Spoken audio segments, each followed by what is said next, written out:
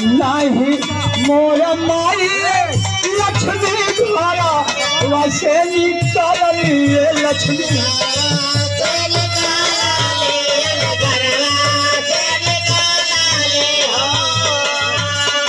नाही मोर माई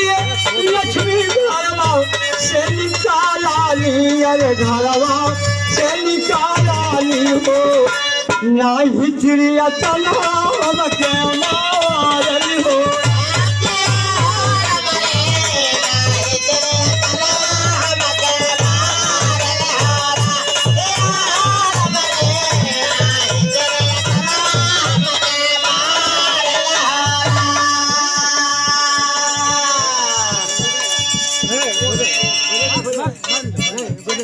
भिलगू दादा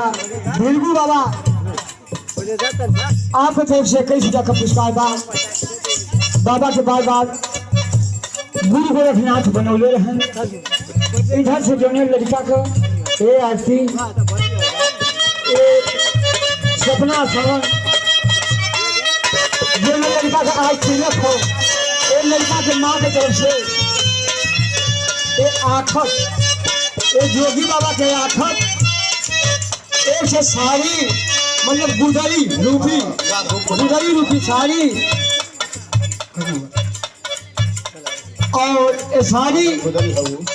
और 501 रुपया का पुरस्कार लड़का के बड़े भाई के तरफ से 201 रुपया का पुरस्कार प्रमोद यादव गार्जियन घर के मालिक सब लोग के गुरु गोरखनाथ बनौले रहे जोगिया के बनौले रहे कैसे